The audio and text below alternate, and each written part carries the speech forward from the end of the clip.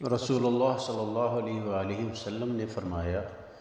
اللہ تعالیٰ اس شخص کو تر و تازہ رکھے جس نے ہم سے کوئی بات سنی اور اسے یاد رکھا یہاں تک کہ اسے دوسروں تک پہنچا دیا۔ جنت میں لے جانے والے 4 اعمال۔ رسول اللہ صلی اللہ علیہ وآلہ وسلم نے فرمایا، اے لوگو، سلام عام کرو،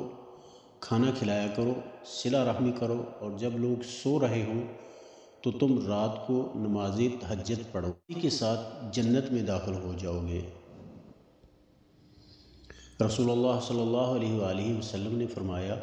جس نے قرآن پڑھا اور اس کی تعلیم دی اور اس پر عمل کیا، اس کو قیامت کے دن نور کا تاج پہنایا جائے گا جس کی روشنی سورج کی روشنی کی طرح ہوگی، اور اس کے والدین کو 2 لباس حلیے پہنائے جائیں گے جن کی قیمت پوری دنیا بھی نہیں ہو سکتی۔ وہ پوچھیں گے، ہمیں یہ لباس کیوں پہنایا گیا؟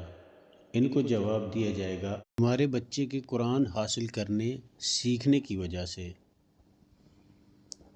رسول اللہ صلی اللہ علیہ وآلہ وسلم نے فرمایا، 3 افراد کی مدد اللہ پر حق ہے: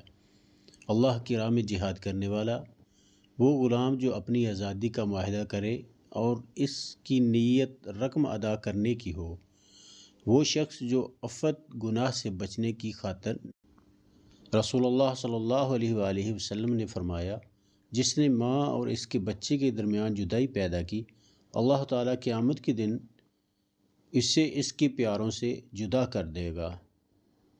رسول اللہ صلی اللہ علیہ وآلہ وسلم نے فرمایا، سفید کپڑے پہنا کرو، بلا شبہ یہ تمہارے کپڑوں میں سب سے بہتر ہیں،